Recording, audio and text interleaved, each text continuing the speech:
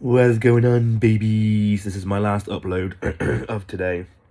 My apologies that I've bombarded you with uploads and reviews.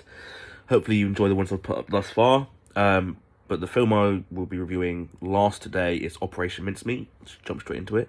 This one opens with some narration before we see the infamous body being plunged into the ocean.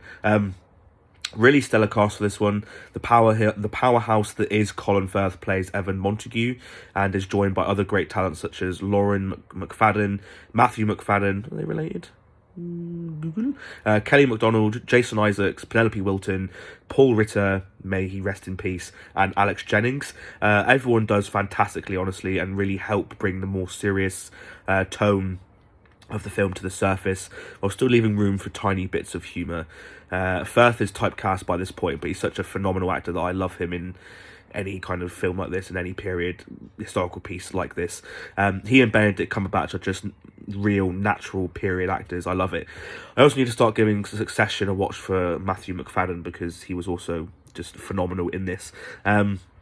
Story for this tells of the real-life operation carried out by British intelligence during the Second World War, where they attempted to trick the Nazis into believing they were attacking Greece, when in reality they were their target was Sicily.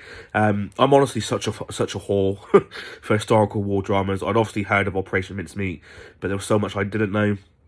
Facts, that this film helped to fill in. It is a slow burning piece with multiple tension narratives building, whether it's the tension brought about because of kinks in the plan, or the tension between Ewan and Charles as they pursue the same woman. Obviously the love triangle, if you could even call it that, between the three is a lot of artistic license, but it helps to bring the other themes and tones in the film together.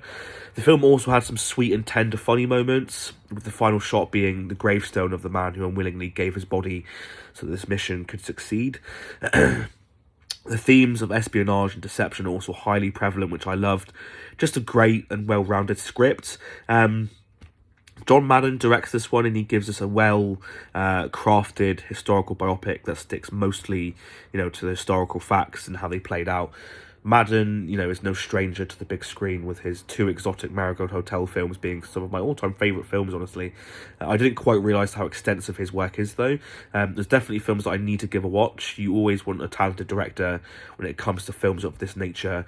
Not only does Madden respect all involved, but he also respects the history behind it and the people involved. And as someone who is an avid lover of history, I really bloody appreciate this. I'm looking forward to his next works. I hope he does something, history related, or something similar to this, because I would be the first one there watching it. The only thing I learned from this film was that if you put enough effort into a ruse, you can probably pull it off and, fool anybody, even Hitler. There we have it, guys. There's my, again, very quick review for Operation Mincemeat.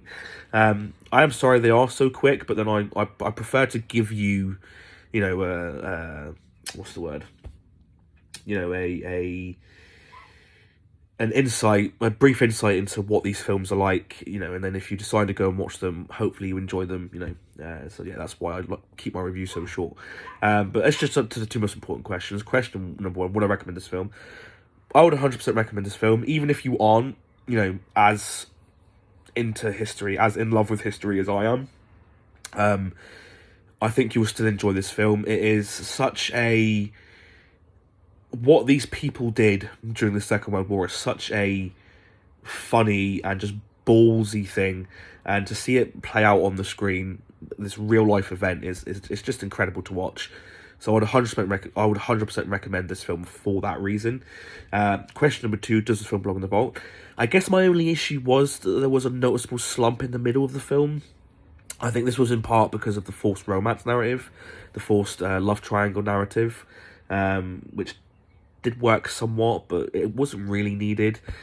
Hollywood and their cliches, right? But I did thoroughly enjoy this film. It paced well, the history was on point, the acting was on point, and it stayed truthful to real life events, somewhat. So for those reasons, there's a little diamond star that's followed off, plunged into the ocean to trick the Nazis. There we have it, guys. There's my review for Operation Mincemeat.